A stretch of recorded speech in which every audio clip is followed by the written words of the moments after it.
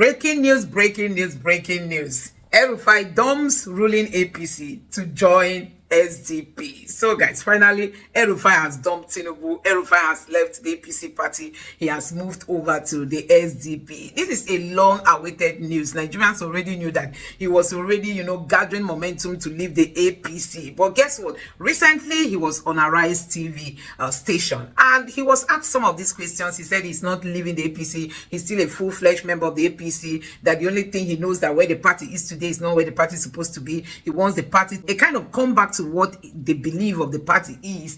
Otherwise, he's going to leave. But nobody expected this move to be this quick. Guys, before we dive deep into this topic, I want you to take a look at this Emir of Jalingo, a very strong message he has sent out to Nigerian politicians. Take a look. So those who go to politics must understand that you cannot live the truth.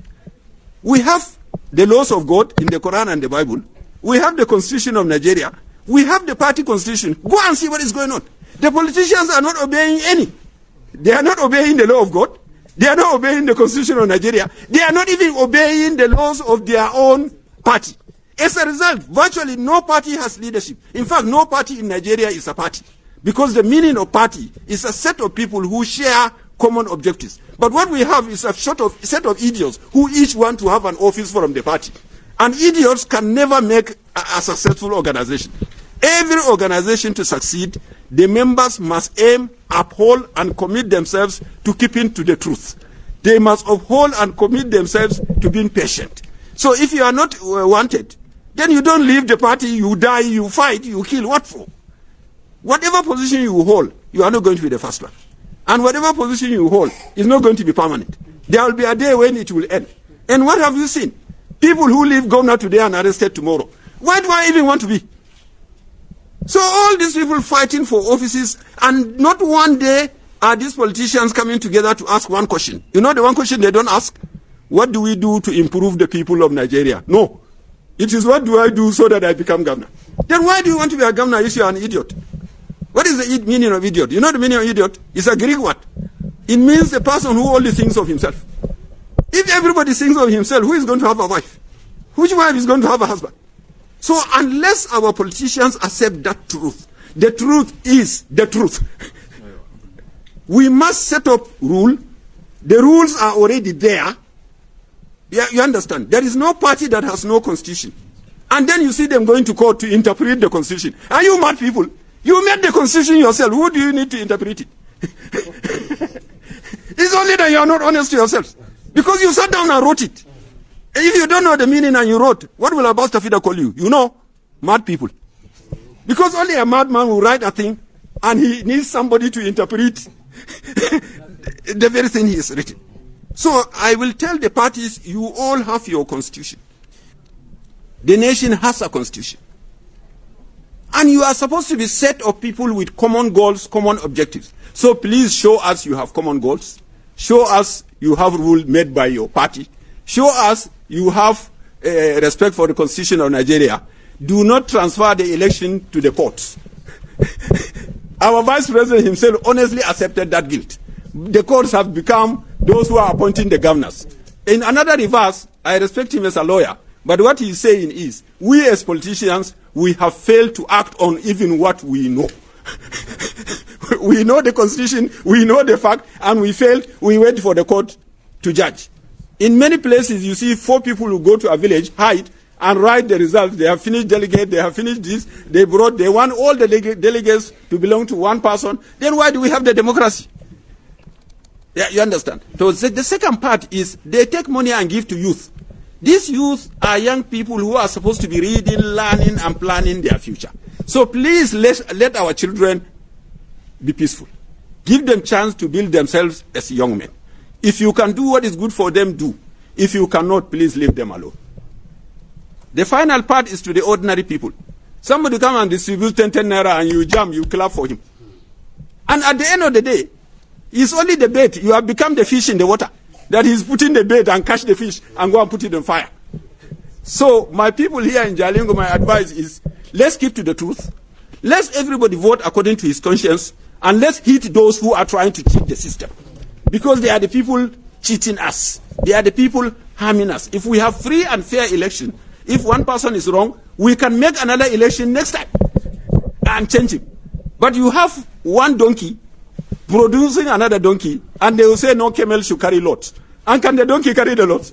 But the news is here that El-Rufai has finally left the ruling party. This is going to be a very serious blow on the person of Tinubu. Honestly, this is going to split the APC in the north. It's going to split Tinubu's camp, because take it or leave it, El-Rufai has some influence in the north, especially in the northwest. He has a very huge influence. So now that he has moved, possibly some of his followers are going to move with him. Some of his, loyalists and all those who are very close to him, they are going to be living, and they will be living with their own supporters. Now, take a look at this other headline. It says, El-Rufai's ally emerges SDP's interim chairman in Kaduna. You see, El-Rufai is already having his people in the SDP, so he's already fixing his men. So you can see that possibly the move had already started before now. Some of his people must have joined the SDP and waiting for the official day for El-Rufai to announce his own defection. So finally it has happened. One keeps wondering if El-Rufai is planning to become a president in Nigeria. I don't know. I'm just wondering if he really has the followership. Yes, he might have that in the north, but in the south, I don't think El-Rufai has that amount or that level of followership in the south, because Nigerians see El-Rufai as, I don't know if I would say an extremist, somebody who is so inclined to his religion, and he does not give other people a chance. If you're a Christian, I don't think you really work that well with El-Rufai. And we saw him in the last election, how he came out and was telling people how he was able to kind of influence his people not to vote for Peter Obi. There was a lot of tribalistic comments, that he made. So I'm just wondering if somebody like this will be able to present himself to the Nigerian people that he wants to become president, or if he's working to help Atiku, because Atiku is still planning to come out again. Atiku recently said he's building a strong coalition. Possibly Atiku might want to run under the SDP. So now that El-Rufai has left, you might be hearing in some days, weeks, or months coming that Atiku has equally defected. Anyway, somebody reacted to this news saying, why is the opposition splitting?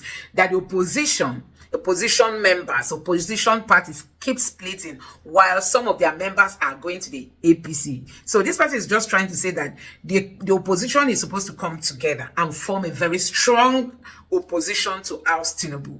But instead, they keep splitting. So you can imagine if the SDP had meshed with the PDP, and maybe all of them mesh with the Labour Party, and then they come up with a consensus candidate that is going to be the one to spearhead the 2027 presidential election, that would be better than having them start splitting now. Before you know it, none of this opposition is going to be strong enough to confront the APC. I think there's a lot of sense in that. So I think, because take it or leave it, numbers play a huge role in this game, So I think Nigerians should be thinking of bringing in other parties together to form a very strong coalition. That was actually how the APC was formed. Anyway, guys, this is all what politics can give you in Nigeria. You cannot predict these are Nigerian politicians. This is coming amid Tinubu going to the north, trying to engage with the northern youths ahead of his father coming out to declare again for 2027 presidential election.